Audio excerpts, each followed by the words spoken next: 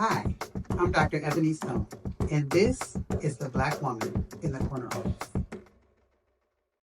Hello, and welcome to the Black Woman in the Corner Office. I'm your host, Dr. Ebony Stone, and I'm super excited about today's guest. And I'll tell you why in just a moment. But if you want to continue to hear from these amazing guests and hear these amazing stories of just phenomenal Black women, make sure you click the button down below and subscribe so that you don't miss any episodes. All right. So today's guest is, I'm going to call her an extremely inspiring part of my journey. So many of you know my journey and the fact that I wrote a book last year called The Power of the Pause that talks about my journey. And she was a very integral part of that story. And her name is Ashley Mustafaa. We're going to get into it. She is the editor and owner of Khloe's Thoughts Editing. Yes. And she turned her passion for reading into an entire business as she read and noticed that there were mistakes. And listen, I have read some books and said, who in the world edited this book? Or did anybody even proofread it, right? So she was definitely needed. She is the editor of my book. I've talked about her on previous episodes. And so we're going to get right into it. Welcome, Ashley. How are you? I'm good. Thanks for having me. Absolutely. So listen, I just need to tell the audience right up front that if you hear me call her Khloe, her name is Ashley. I know her from Khloe's Thoughts Editing, right? So I might call her Khloe, but it's the same person, right? I'm the same person. I just want everybody to know I had the pleasure of actually meeting Khloe in person at my 50th birthday party, which was so cool. Thank you for attending. That was amazing. It was a time too. That was a good time. Thank you. I was like, you know what? If I'm gonna turn 50, I'm gonna do it my way. Yeah. We did it my way. So let's do this. Let's start and tell the audience.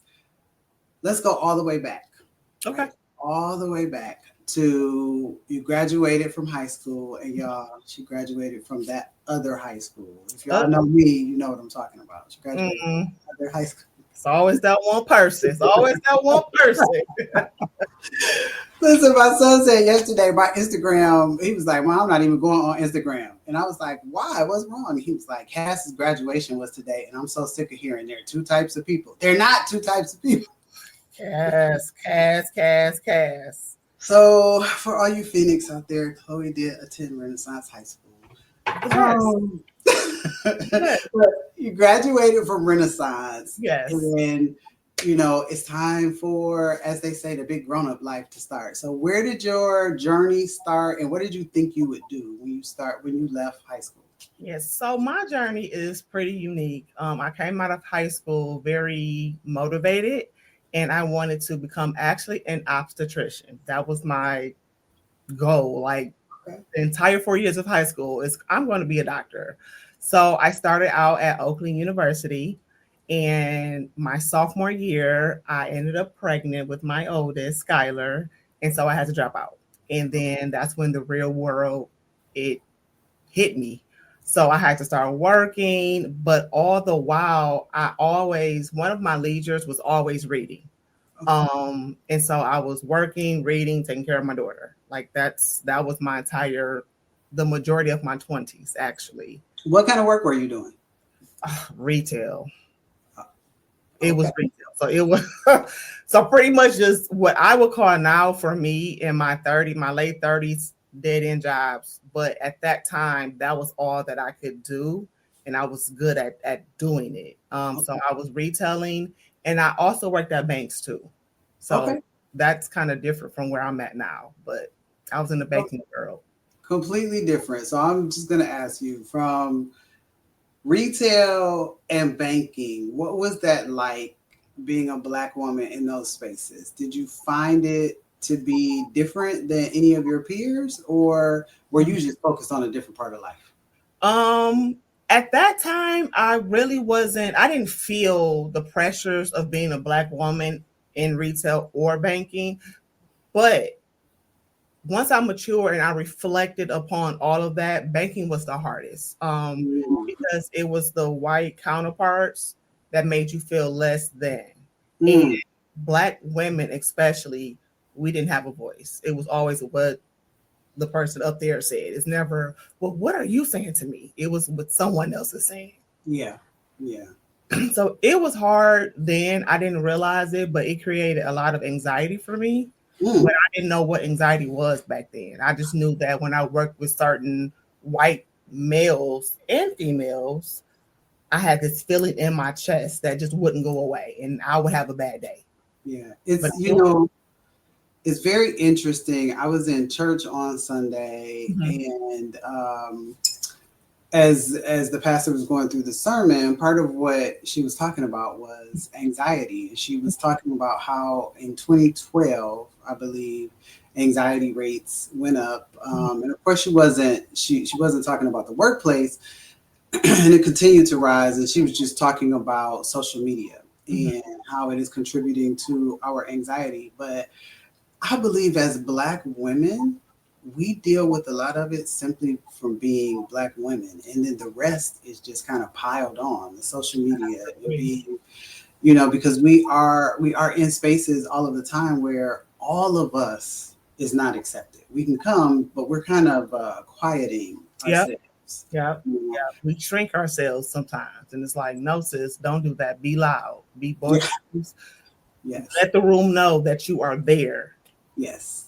Okay. So you're in these spaces and then you transition to entrepreneurship. How did that look? What made you do that and what was the journey like? So I knew a lot of authors, and one of the authors I'm actually related to, they were starting a publishing company. Okay. And I used to always complain to her about the errors in the books. And I used to do what they call now D&D or DNF, did not finish. So Okay. I would just put the book down, like, okay, it's too many errors in here. And it was like noticeable errors. It wasn't just a comma missing or a period missing. It was like, oh my God, like, what is the story about? Like, where are we going with the story? And so she actually pulled that out of me when she asked me to do a sample edit. So I did a sample edit for her. And she told me, you did this as though you've been doing this for years. I'm Mm, like, oh, this is my first time doing this. But I've always had like an English grammar. I've always been good in those areas. Like I was the A student in English and grammar my whole life. So that's how I started. I was their editor and I worked with a lot of different authors. And I just started building from there. okay. And then I decided to branch off. Once they closed out their publishing company, I'm like, okay, no, this isn't just a side hustle for me. Like, I really feel the passion behind me helping authors amplify their voice. So that's how I birthed Khloe Starts Editing in 2013. Okay. So you've been at it for a while. And so I want to get into the entrepreneurship thing because everybody is chasing the bag, right? And Mhm. everybody wants to be an entrepreneur. But baby, It's the hard. entrepreneur life is not for the faint of heart. But before we get into that, let me just say I love people like you that got A's in English. That was not me. It was not Love me. it. Listen, I will tell you, I was preparing for the GMAT Mhm. and I found errors in a GMAT book and a math problem, not in English. That was not my thing. I could write, Yeah. but if you want to know where the commas are supposed to be, look, where the Nope. commas I'm not your girl. I'm not, you don't want to call me.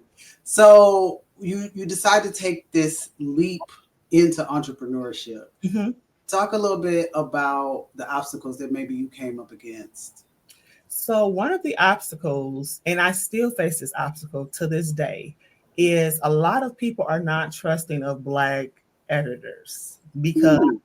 in the editing world, it's white face, to be honest, and it's a lot of women. So they feel as though they do it better, they do it more efficiently. This is where I'm going to go.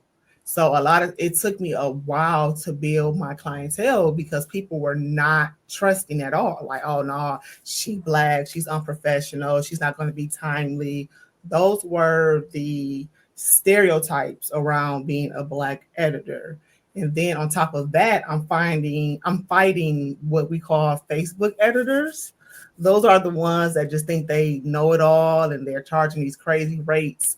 And it's like, no, you're not really, because editing is more than just proofreading, and people don't understand that.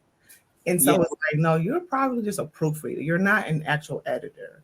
Yes. But I don't, I am a fighter. If I'm nothing else, I am a fighter, and I love to prove people wrong. I am this may not be right, but I am the I told you so kind of person. So, and I'm going to show you better than I can actually tell you. Yep. Me too. Me too. My husband literally says, and I think maybe a lot of us are. My husband says, I don't see the fire ignite in you until somebody doubts you. And they doubt you, and you're like, oh, okay, I got something for you. And I could be part of because I'm into the whole astrology thing. I am a Leo. I'm a fire sign. So listen, you test me, you're going to find out. You're going to find out. I love it. So sidebar, let me tell you guys, Ashley taught me the difference between the four different stages of editing, because in my mind, editing was just proofreading until I got to researching and writing this book. And I really, really do not believe it could have been what it is today had I not had, your assistance. Thank you. Yeah, for sure. I remember when I first got your first edits back, and I was like, okay, I can do this. So if you are writing a book and you need an editor, you already have your manuscript done, don't come, halfway, but it's done, and you need an editor, definitely call Khloe, because she will get you together. And do it in a way that doesn't make you feel bad. Because I was just like, I'm going to turn this over, and when it comes back, I had memories of, like, I would get my papers back in school and that red pen. Yes. I just knew that's what was coming back. But the interesting thing you said, and again, I don't know, because it's not a world that I live in, that people don't trust Black editors. And that's so shocking to me, because when I started my journey, I was like, I want to work with Black women. Right? I'm in a space now where I'm able to make those decisions and say those things. And it's not because I have anything against anybody else. I just want to support my sisters, right? So I was like, I am looking for Black women to work on this project with me. And so I only interviewed Black women. So it was shocking for me to hear you say, like, it's mostly white women. Do you find, as you continue in the industry, that continues, or does your experience kind of eliminate that for you?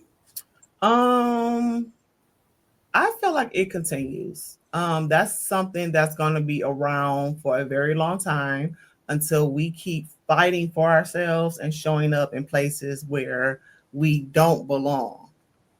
And we show our expertise. Like when I go into consultations, I speak with a lot of authors that don't know, okay, no, there's 4 stages to the editing like they're not privy on it. So I make sure that I break that down in the most professional way possible. Even in the comments that I put on the manuscripts, I make sure that I speak in a tone that's not to where you have to be on the defense. Like, why is she talking to me like this? Like, I'm very eloquent with the way I speak to my authors. Yep. And I can attest to the fact that if there is a change that you're like, I don't know that I want to make that change. The answer is, okay, this is your book. How do we do it so that there are no errors, and people will keep reading. So let's say you're talking to a young woman, a young sister that's looking to get into editing. What advice would you have for her right now? I would tell her to stay the course. Make sure you know what it is that you're wanting to do. So make sure you have the knowledge of the editing world. You don't have to know about publishing, because I get questions about that all the time. And I'm like, that's not what I do, so I cannot advise on it. But just know your stuff and be confident when you are having these conversations with authors, because I actually mentor another editor. Mhm. She's under my wing, and I did it at no cost. Like, I could easily just charge her, like, you asking me all these questions and needing advice, I'm going to charge you for it. But I'm like, no, like, she's trying to get her own company off the ground, so I'm going to help her any way possible. And I actually have a friend that's my proofreader. Like, I saw that skill in her and I pulled it out of her. Like, look, sis, you about to come work with me. Yes. She's been with me for years. And I love the fact that you're mentoring and not charging, right? I believe wholeheartedly, listen, that you should know your value, charge your value, Mm-hmm. add tax, that whole thing. But we also have to be able to give back. And it's so incredibly important that we do that. I love that you know where you are not the strongest, or it's not your world, right? When you talk about publishing, Mm-hmm. interestingly enough, the self-publishing coach that I worked with said the same thing about editing. She was like, "You don't want me editing your book. Let me, let me help you, right?" Yeah. So, but all of this is entrepreneurship, Mm-hmm. and so I want to dive into that a little bit because entrepreneurship is the thing right now, right? Yes. Everybody is, as they say. My husband told me, like, you don't even sound right when you try to use slang for today, but everybody chasing the bag, right? And I'm gonna be an entrepreneur, and these Facebook editors or just Facebook entrepreneurs, right? Mm-hmm. Or Instagram, social media entrepreneurs, like, you can make $1 million in 2 weeks. And anybody who's an entrepreneur knows that is highly unlikely. It's Mm-hmm. more likely that you're gonna have some struggles. Yeah. So talk a little bit about your entrepreneurship journey and then advice you would have for budding entrepreneurs. So my journey, so I did not realize how much time I would take with editing. So it's not like a 9 to 5. So even if I start my day with breaks, lunches, go do something, go do the every time I can go to a whole event and I come back home and I'm in my office and I'm editing when I know I need to take the time off, but it's just like a constant thing. Like, my brain, it doesn't turn off. So I need people to know it's not a 9 to 5. It's a 24-hour job. You're Yes. going to work on if you really want your brand that much, you're going to work on it 24 hours until it could possibly drain you. Yeah. It could possibly drain you. But when I first started out, it was so crazy because I'm going to be honest, I didn't know that it was 4 styles of editing. Mm. So I was doing the developmental, the line editing, the copy editing, the proofread for like $200 Oh my on goodness. 80,000 word count books. You were Yes. working yourself to death. I was working myself to death. Do you hear me? And it wasn't until I got with a branding strategist where she's like, and then I was also attracting, I was trying to come out of just doing urban fiction. I wanted to do the romance. I wanted to do the nonfiction. I wanted to enter different genres, but I kept attracting just the urban fiction, the gritty books. And I wanted Mm. to expand that. So I linked up with another Black woman, my branding strategist, and my rates went up. My rates went up, and it justified the work that I put into these manuscripts. I don't just do 2 hours on one manuscript. I may spend 4 or 5 hours on a manuscript, but I'm charging my worth now. Yes. So it balances out. And then I started attracting different white clients, Asian clients, older clients. I was getting everybody. And that's exactly what I wanted to do. Absolutely. I think you bring up a great point, and it is what I always call the business behind the business. Mm-hmm. And I talked to my daughter about it. My daughter is a hairstylist, and no matter what you do, whether Mm-hmm. you're an editor, a hairstylist, I have a whole different business, that has nothing to do with any of this, Mm-hmm. right? I do some real estate investing. No matter what you do, there is business behind the business, Absolutely. marketing, accounting, all of those things. And if you try to do them all yourself, you're probably shooting yourself in the foot, right? Your strategist is like, why are you charging $200? Like, Mm-hmm. increase these fees. And I would bet that your fees were low enough that they were turning off It some was. folks that could use your services, but they were like, at $200, she ain't doing what I need her to do. Exactly. And I was doing everything and then more, like, and Yeah. then more. So it was just like, no, I'm really qualified. Like, I got this in the bag, but Right. I just didn't know my worth. And when she broke it down to me, I'm just like, so I've been cheating myself, you know. We built a website, so I had to make my rates make sense. So I Yeah. had to have the website, I had to have the consultation, I had to have all of these elements to justify why I'm charging $2,000 for a full edit. Yes. I remember building a website and the woman I was working with saying, well, we need to talk about color theory. And I was like, I just want to build a website. She was like, No. you don't go build your website based on your favorite colors. That is not what you do. Yep. But again, not my world, right? And so here's a question that's a little off, but I want to make sure, since we're in this realm of entrepreneurship, that we talk about it. Entrepreneurship ain't free. You got to be willing to invest. Would you say heavily? I think so. Because like excuse me, like you said, you need other people in the pot. And I am a little bit controlling, and especially with my brand, but I realized I needed people to help me. So I needed somebody to build that website for me. I needed somebody to say, hey, look, your rates are horrible. This is how we're going to improve your rates, and then justify it. I needed somebody to do the templates to post on social media. That's the only part of my business that I'm hands on with. So if you ever hear me talking back to you in the comments or even the posts I make, that's me, because Yeah, I can tell. I want people to hear my voice and know me. So handing that over to somebody else, I'm like, they ain't gonna talk like me. So I don't think. Yeah, you like, I want to do this myself. Yeah, And yeah.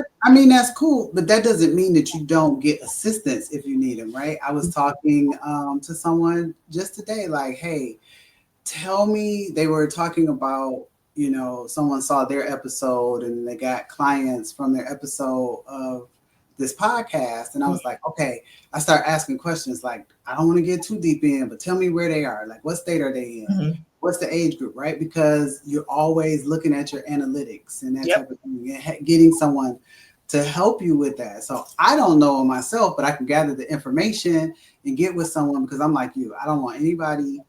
I want to talk to people myself, right? Mm-hmm. But I want to understand the behind the scenes. Yep. Okay, so from obstetrician to editor, which is Mm-hmm. really interesting, but Great. you go from obstetrician to retail to banking. Now you're editor, entrepreneur. Mm-hmm. Business is booming. Like, I'm following you on website, on social media, and I know that business is booming. And you're like, okay, well, books are closed for this month. Books are Yep. closed for this quarter, right? That has got to be an amazing feeling. It is, because there were times where I would only get one or two manuscripts a month. You know what I mean? And you look for your business to assist you with paying bills or just living the life that you want to live, or even investing into your business more. And there were times where I was taking payments via PayPal, which is like an absolute, if any editor is taking payments via PayPal or Zelle or Cash App, red flag. But I was doing Mm. that in the beginning, and my business it wasn't booming. I had to get to a level to where now, if I have to pay my car note, I can pay it from my business account. If I want to take a trip, I can do it from my business account. So now it's lucrative, and I'm grateful for it. Yeah. I'm very My, grateful for it. my CPA has said we're not running businesses off of Cash App, right? And I will say, I never even thought about, and this is probably, you don't realize this, and I've thrown her name out there before, but my self-publishing coach, working with the two of you Mm-hmm. in the process of bringing this book to life Mm-hmm. made me see some things that I was not even prepared for, right? I was Mm-hmm. like, oh, wait a minute. I can't take coaching clients' money by a Cash App and Zelle. What am I? So I was like, what they using? I was like, Yep. Khloe using Honeybook. Let me go check out Honeybook, I right? love money, but Yep, and it's helped, right? Because those aren't things I thought about behind the scenes, right? I had coaching programs. I do group coaching and individual coaching, but I was just like, okay, yep, how you want to pay? We can do Zelle. We can. No, we cannot. Yeah. You're going to have to pay the business, right? Those are all things that you need to think about, like Yeah. the contracts. And I think I may have shared with you, I was driving myself crazy trying to get contracts out manually and get this done manually. Oh, I got to remember to send this follow-up email. I was Mhm. spending so much time in the weeds. I couldn't even do the coaching work, Yeah. you It's know. yeah, even like Honeybook made it easier for me to file my taxes because they had already sent that 1099 to the IRS. I just had to do the filing. QuickBooks, I learned because at first I was paying my proofreader through Zelle. So now she gets a direct deposit from me. It's no Zelle is gone. It's no direct deposit. Like that's how you're gonna get your money. So Yes, absolutely. I love it. And there's so many tools out there. I'll drop some of the tools that we use in the comments. But even I remember trying to set up the selling of the book mhm, behind the scenes and figuring out how to do it and learning, like, oh, shoot, what am I going to do with this sales tax? And then somebody was like, look at mhm. Shopify. Shopify is going to set the sales tax aside for you and all of that. So there's so much that you have to consider. Um, so for all you entrepreneurs out there, go ahead, rewind, look in the comments for all the stuff, Yep. get that stuff set up early. Don't spend hours like I did trying to manually do stuff that can be done automatically for you, or editing books for $200 like Khloe did before she learned. Like, learn from us. Ooh. So, Khloe, you've been through all of these phases and now your business is booming. Tell us a little bit about what you're doing. I happen to know that aside from editing, you also got a podcast out there called The Plot Thickens. So, talk Yes. to us a little bit about that. So I felt like I needed to give my authors more, or even if they're not my authors, just anyone out there, the knowledge about the whole editing and writing process. So I had been wanting to start this podcast for about a year and a half, but I'm very introverted. So I'm just like, and I had the imposter syndrome of nobody's going to listen to me. Like, they don't want to hear me. But I'm like, you know what? It's a faceless thing. I could just talk it to the mic and that be that. So I started the Plot Thickens about 2 months ago. I'm still building that platform, but I'm confident that I'll get to where I'm trying to go with it. But it was just important to me because people gatekeep a lot in this industry. Um, And it's just like some things people can Google and find the answer to. So why not just give it straight to them in layman terms and to help make them better? yes, That's my I goal. don't understand the gatekeeping Me either. everywhere because I just, I mean, being a woman of faith, being a Christian woman, I just believe what God has for me is for me. Hmm. So gatekeeping, I just don't get. But Yeah, that's a whole nother story for a whole nother podcast. So podcasts is out there. Are there any other things that you got coming up? Right now, no. I actually have a meeting with my branding strategist. I'm sure she's going to give me a list of homework of things that I need to do because she always do. But Okay. right now, the podcast is the biggest thing because, like I said, I've been wanting to do it for about a year and a half. So right now, my focus is building on that while managing my editing load Okay. Tell us where the podcast can be found. on Spotify. It's on Spotify and Amazon Music. Okay. Perfect. So y'all go listen to The Plot Thickens. And I also am going to tell you that Khloe is being very humble. If you are a writer and you want advice, follow her on all her social sites. She gives the most amazing advice and You. just inspiration. Like, what you doing? Go write that book. And I'd be like, oh, let Like, me go oh, write. and I Like, find that people like that personality more. Like, go yeah, right. yeah. This is your reminder to go write those words, right? Yeah. And so again, I've said it before, but thank you so much for the help with me and my book. Book 2 will be coming soon. It'll be a little different, but I'll be back. I'll be I back can't real wait. soon. Right. Um, so we want to follow you on all of the socials. We want to make sure that we go listen to The Plot Thickens and continue to listen. Make sure you're subscribing so you don't miss an episode. And before we get out of here, Khloe, I got one last question. I'm sorry, Ashley. I told y'all I was going to do that. Okay.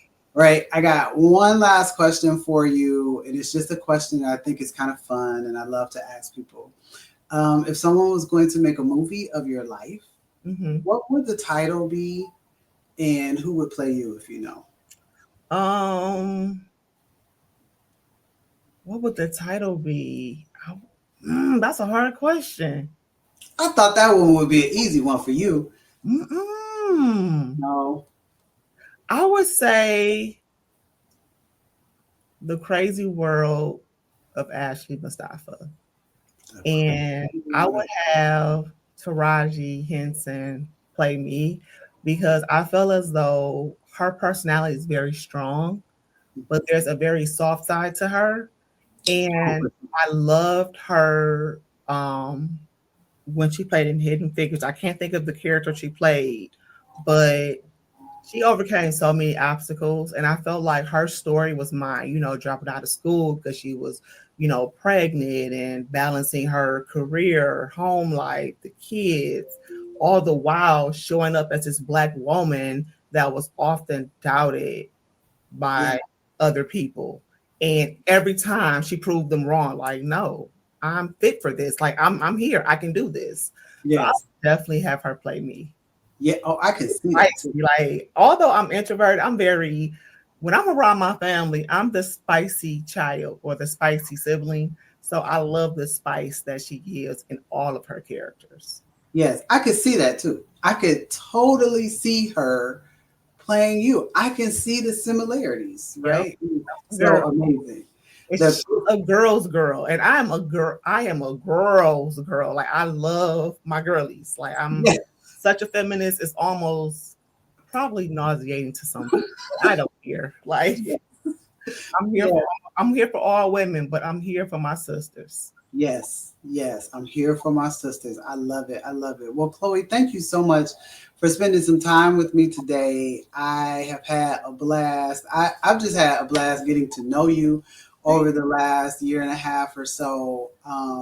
I hope that if you are in the process of writing a book, that you will reach out to Khloe and make sure that you get some consultation. You definitely want her editing your book. I can tell you that now. She will walk you through every step of the way. Listen to the podcast, check her out on social media. And until next time, you guys keep spreading that Black girl magic on everything you do. I'll see you next time.